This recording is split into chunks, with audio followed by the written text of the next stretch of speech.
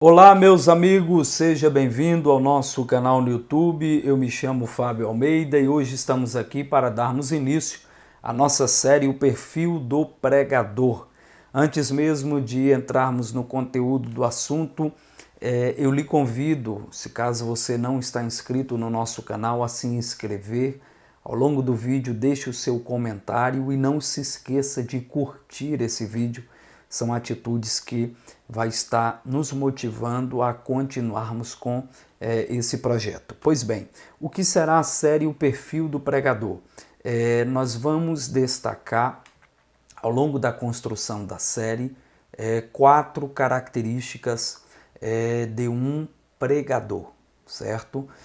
Em cada característica, nós vamos aí destacar pelo menos 1 ou 2 vídeos, então serão pelo menos 4 vídeos, e em cada um desses vídeos nós estaremos fazendo uma abordagem de uma característica que em sua totalidade envolve o perfil do pregador.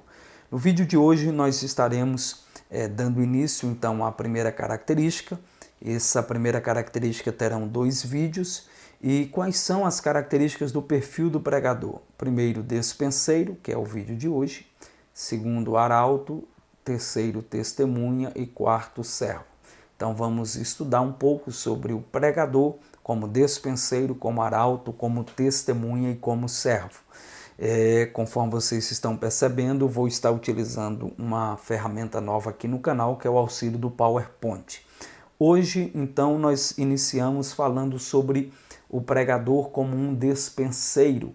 É um vídeo introdutório e nesse vídeo eu vou estar aqui fazendo uma exposição sobre a definição do termo e sua conceituação. E no segundo vídeo eu faço então um paralelo do despenseiro no contexto bíblico e histórico com a atividade, com o ministério de um pregador.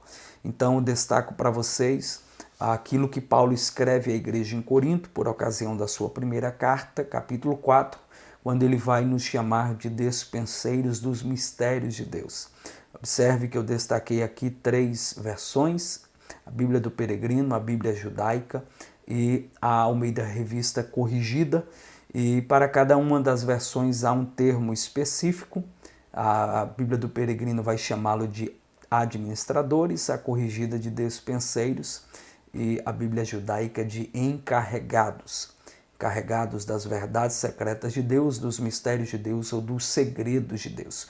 O que vale destacar é que essas expressões, embora sejam expressões distintas em nosso português nestas versões, elas procedem de um mesmo termo no original e possuem o mesmo significado dentro do conteúdo bíblico. Então, vamos lá. Primeiro, o que é o despenseiro? Qual a sua definição? E para isso, eu faço aqui uma abordagem etimológica da expressão. E a expressão despenseiro é a tradução do termo grego oikonomos. Observe que, literalmente, oikonomos pode ser traduzido como aquele que governa. Então, o oikonomos era alguém que exercia o seu governo sob específica dimensão.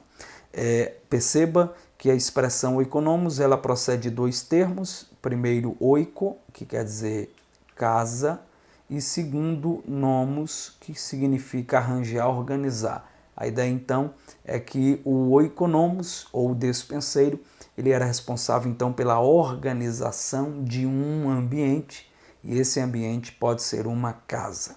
Lendo e estudando a Bíblia, eu percebi que o despenseiro atua em pelo menos 3 dimensões, e eu destaquei aqui para vocês. A primeira dimensão em uma cidade, a segunda dimensão em uma fazenda, a terceira dimensão em uma casa. Então nós vemos a figura do oikonomos nessas 3 dimensões, na cidade, na fazenda e numa casa. Na primeira dimensão, que é a cidade, o oikonomos ele era então o superintendente das finanças da cidade, uma espécie de tesoureiro da cidade, era o responsável pelo gerenciamento da saúde financeira daquela cidade. Paulo, na carta aos Romanos, referência aqui em pauta, ele vai trazer uma saudação à igreja em Roma sob a figura de Erasto, que ele vai chamá-lo de procurador da cidade, isto é, da cidade de Corinto. Se você ler o texto no original, você vai perceber que essa expressão procurador, ela significa ou é tradução do termo grego oikonomos, certo? Então Erasto era o oikonomos da cidade de Corinto.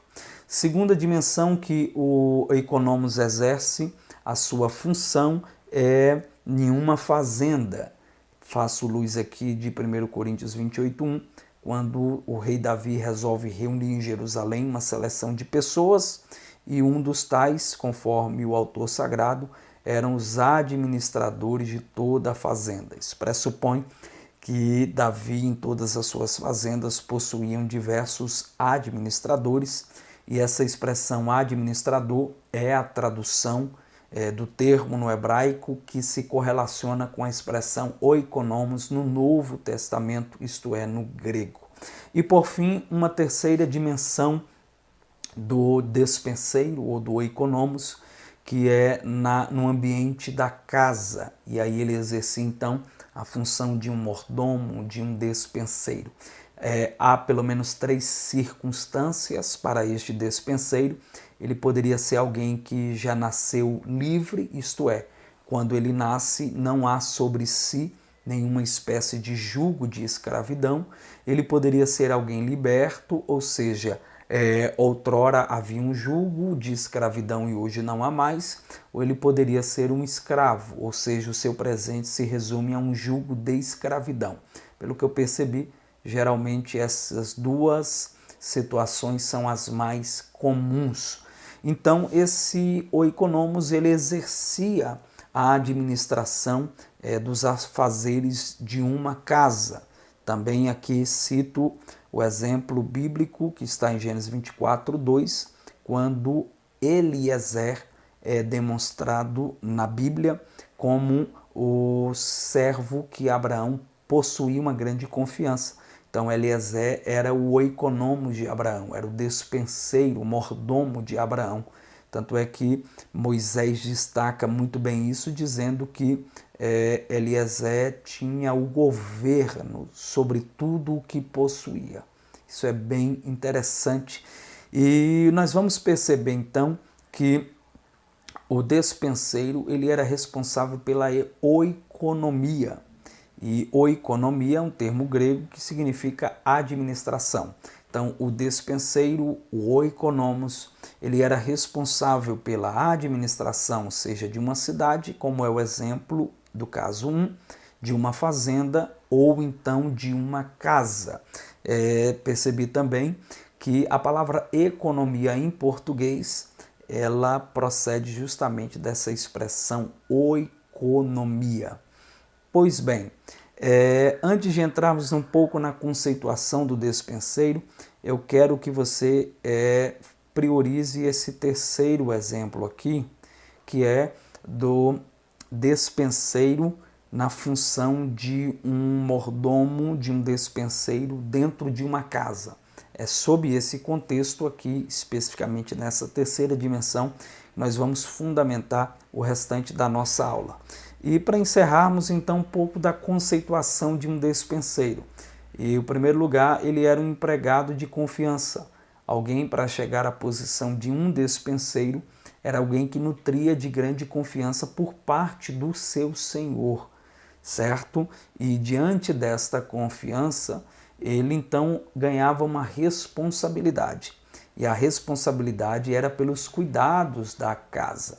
Então, tudo que envolvia os afazeres de uma casa, esses afazeres estavam subordinados ao exercício de um despenseiro, certo? E em que se consiste esses cuidados? Primeiro, a administração dos seus afazeres, ou seja, todos os afazeres que envolviam ali a rotina diária de uma casa, isso era gerenciado pelo despenseiro. Segundo, o cuidado das receitas e despesas. Aqui nós voltamos no termo anterior, na oikonomia, na administração, isso também era pertinente ao despenseiro. E terceiro, o despenseiro ele tinha o dever de repartir a porção diária da alimentação dos servos. Lá na parábola do mordomo fiel, nós vamos ver isso de forma bem enfática. E também ele era responsável em repartir a alimentação para as crianças pequenas. Gálatas 4, Paulo vai falar de tutores e curadores de uma criança até ela atingir uma certa maturidade, e esse curador, o termo ali curador é justamente o termo oikonomos, era esse despenseiro que tinha a responsabilidade de cuidar desta criança.